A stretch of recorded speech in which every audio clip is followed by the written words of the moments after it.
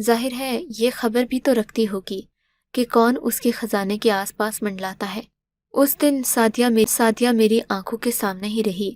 وہ مجھے عجیب نظروں سے دیکھ رہی تھی، بات بات پر ایک ایک لفظ چبا چبا کر ادا کرتی اور میری طرف غور سے دیکھتی جیسے میں اس کی بہت بڑی مجرم ہوں۔ میں نے اس بات کو نظر انداز کر دیا۔ اب رات کو کھانا پکانے کے بعد میں نے چپکے سے ٹین کا وہ دروازہ کھول دیا۔ آج میری باقی تیاری بھی مکمل تھی۔ میں نے سوچ لیا تھا کہ میری نند اور ساس کے سونے کے بعد میں یہ راز معلوم کر کے ہی رہوں گی۔ یہ بھی سوچا کہ اگر ساس نے عین وقت پر آ کر مجھے دیکھ لیا، وہ تو یہی کہیں گی کہ میں تعویذ چھپا رہی تھی، کیونکہ گاؤں کی عورتوں کی ذہنیت یہی ہوتی ہے۔ اس کے لیے بھی میں نے پہلے سے بہانہ سوچ لیا۔ اب میرے پاس کوئی وجہ نہیں تھی کہ میں اپنے اس کام سے رک پاتی۔ رات کا وقت ہوا، میرے شوہر آج بھی گھر نہیں تھے۔ میں نے وہ کدال سی لی جس سے میں نے چولہے والی مٹی کھودنی تھی اور چپکے سے اپنے کمرے سے باہر رکھا۔ چہار سو اندھیرا چھایا ہوا تھا۔ میں دبے قدموں آگے بڑھ رہی تھی۔ میری توقع کے عین مطابق کچن کا دروازہ کھلا ہوا تھا۔ میرے پاس لائٹر کی ٹارچ بھی موجود تھی۔ میں نے اسے آن کر لیا اور جیسے ہی کچن کے اندر داخل ہوئی، میری چیخ نکلتے نکلتے رہ گئی۔ سامنے کچن میں کالے رنگ کی چادر اوڑھے کوئی بیٹھا ہوا تھا۔ اس شخص کا وجود پھیلا ہوا تھا اور کالی چادر اتنی خوفناک لگ رہی تھی کہ میرا دم نکلتے نکلتے بچا۔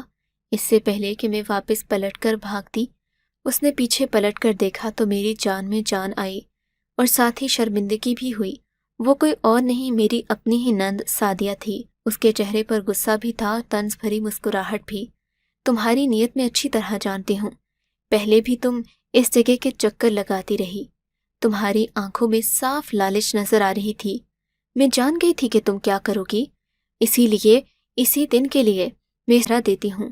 جانتی ہو نا کہ یہ متبرک جگہ ہے، مگر تم تو اسے کھودنے کے پیچھے ہی پڑی ہو۔ کیا کرنا چاہتی ہو؟ کیا میرے اور اماں کے خلاف اس میں تعویذ دبانے کا ارادہ ہے؟ اس گھر کا رزق کم کرنا چاہتی ہو؟ میری نند میرے سامنے میری بے عزتی کیے جا رہی تھی اور میں خاموش کھڑی تھی۔ میرے پاس کوئی جواب بھی تو نہیں تھا۔ میں نے حرکت ہی ایسی کی تھی کہ اسے مجھ پر شک ہو گیا تھا۔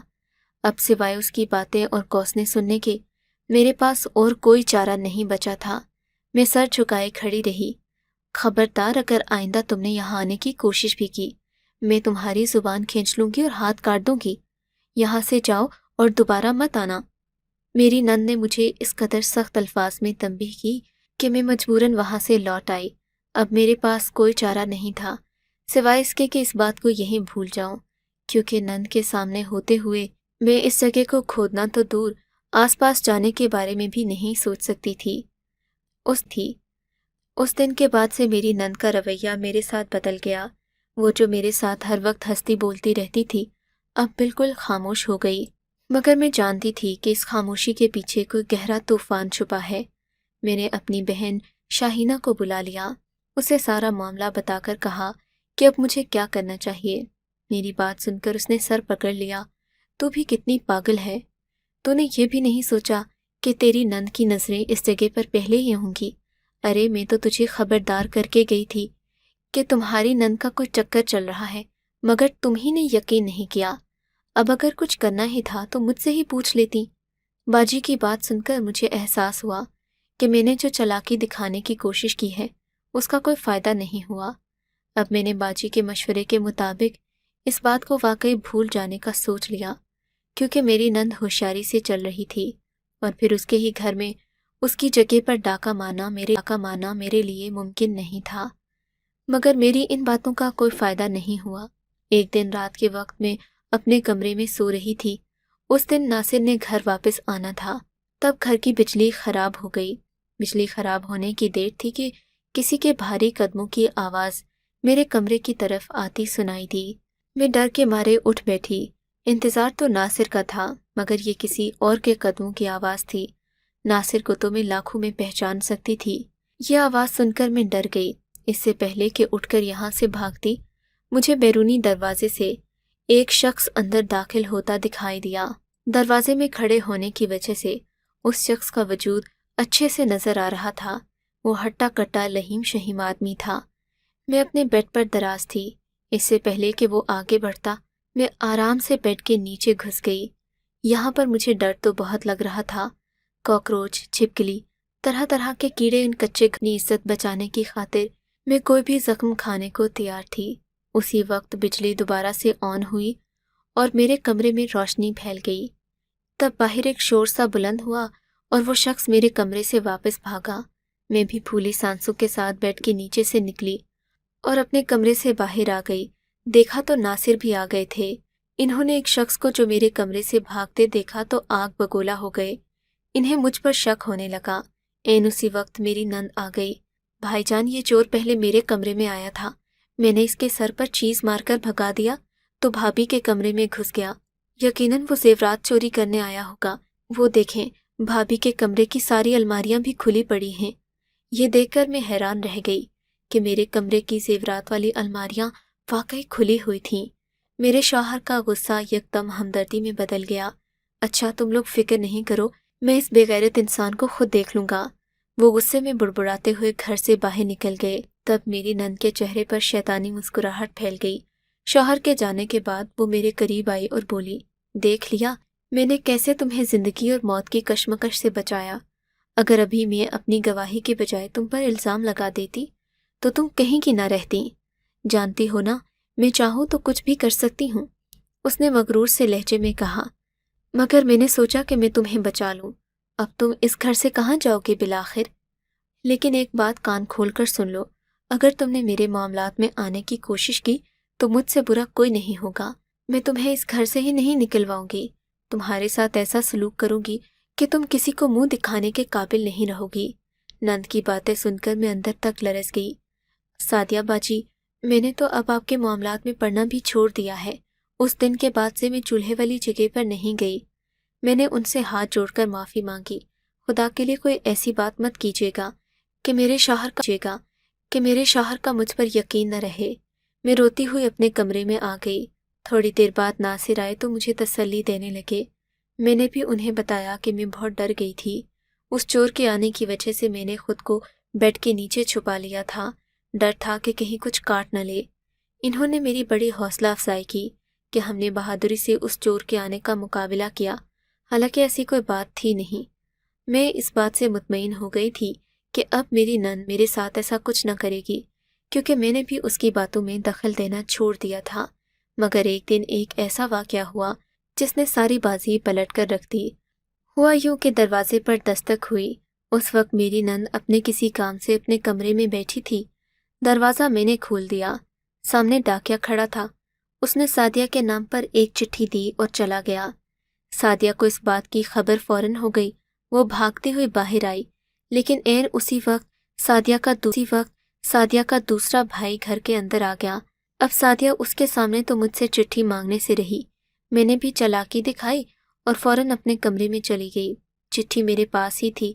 سعدیہ آوازیں دیتی، اشارے کرتی رہ گئی۔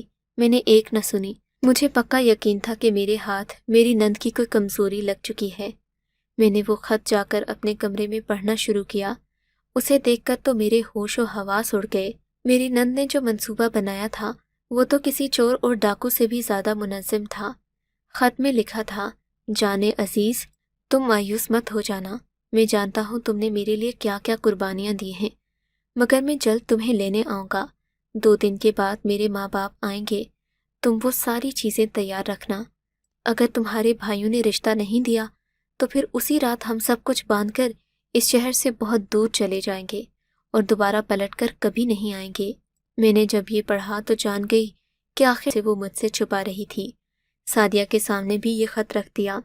پہلے تو وہ غصہ کرنے لگی، مگر پھر جب اس کی سمجھ میں کوئی بات نہ آئی تو اس نے سارا راز اگل دیا۔ دراصل سعدیہ بیوہ تھی۔ اس کے پہلے شوہر کی وفات کے بعد وہ گھر واپس آ گئی تھی، مگر اس نے اپنے گھر سے آتے آتے خاصا زیور اور سونا وغیرہ چوری کیا تھا، اور چوری کرنے کے بعد اسے اپنے گھر کے صحن میں دفن کر دیا۔ اس بات کی کسی کو کانو کان خبر نہ ہوئی۔ سب سعدیہ کے غم کے بارے میں سوچ رہے تھے کہ سعدیہ بیچاری پریشان ہے، مگر سعدیہ نے تو اس کمال مہارت سے زیور چرایا کہ بڑے سے بڑا چور بھی شرما جائے۔ خیر، اب جو ہونا تھا وہ تو ہو گیا تھا۔ سعدیہ نے بتایا کہ وہ شکور سے سچی محبت کرتی ہے، شکور نے ہی اسے یہ ترغیب دی تھی کہ وہ گھر سے زیور وغیرہ اٹھا لے اور عدت پوری ہونے کے بعد اس کے ساتھ بھاگ چلے۔ اس بات میں کوئی شک نہیں تھا کہ سعدیہ کے پہلے شوہر کی موت طبعی یہ کہ سعدیہ اور شکور ایک دوسرے کو پہلے سے ہی پسند کرتے تھے، مگر ان کی شادی کسی وجہ سے نہیں ہو پائی تھی۔ غالباً سعدیہ کی بات پہلے پکی ہو گئی اور شکور رشتہ لے کر بعد میں آیا۔ اب وہ دوبارہ ایک ہونا چاہتے تھے، مگر ان کا طریقہ غلط تھا۔ میں نے اپنی نند سے وعدہ کیا، میں تمہارا ساتھ تو دوں گی، مگر تمہیں بھی میری ایک بات ماننا پڑے گی۔ میں تمہارے بھائیوں کو قائل کروں گی کہ وہ تمہاری شادی شکور سے کر دیں، مگر تمہیں یہ زیورات اپنی ساس کو واپس کرنا ہوں گے، کیونکہ پہلے شوہر کی جائیداد پر، اس کے زیور اور مال پر تمہارا کوئی حق نہیں رہ جاتا۔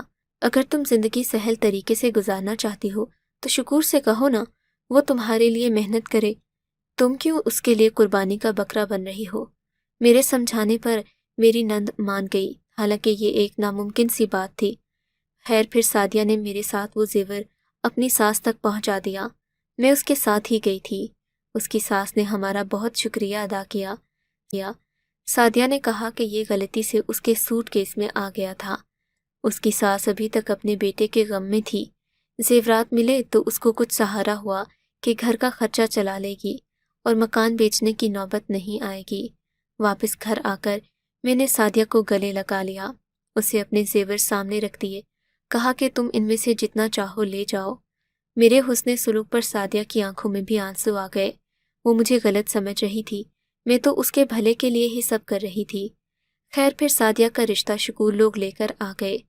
یہ لوگ لالچی نہیں تھے، مگر ان کا بیٹا نکما تھا، اور اسی نکمے بیٹے نے سعدیہ کو یہ ترغیب دی کہ وہ اپنے پہلے شوہر کا زیور اس کے حوالے کرے۔ میں نے سعدیہ کو سمجھایا، کچھ دن تم بھی بے رخی دکھاؤ تاکہ یہ میاں اپنے راستے پر آ جائیں۔ کچھ سعدیہ کے تعاون کی وجہ سے اور کچھ سعدیہ کے بھائیوں کے دباؤ نے لڑکے کو نوکری کرنے پر مجبور کر دیا۔ میں نے اپنی نند کو عزت سے اپنے گھر کیا، اپنے زیور بھی اس کے گلے میں ڈال دیے۔ آج جب بھی وہ میکے آتی ہے میری شکر گزار ہوتی ہے۔ میں بھی خوش ہوں کہ میں نے روایتی بھابھیوں کی طرح اپنی نند کا پردہ چاک نہیں کیا اور نہ ہی اس کی چالاکیوں کو اپنی انا کا مسئلہ بنایا، بلکہ اس کی مدد کر کے نیکی بھی کمائی اور دونوں گھروں کو برباد ہونے سے بھی بچایا۔ آپ کو اگر یہ کہانی اچھی لگی ہے تو اس ویڈیو کو لائک کیجیے، اور اس طرح کی مزید کہانیاں سننے کے لیے ہمارے چینل کو ضرور سبسکرائب کیجیے۔ کہانی سننے کا شکریہ۔ آپ سے ملاقات ہوگی اگلی ویڈیو میں، تب تک کے لیے اللہ حافظ۔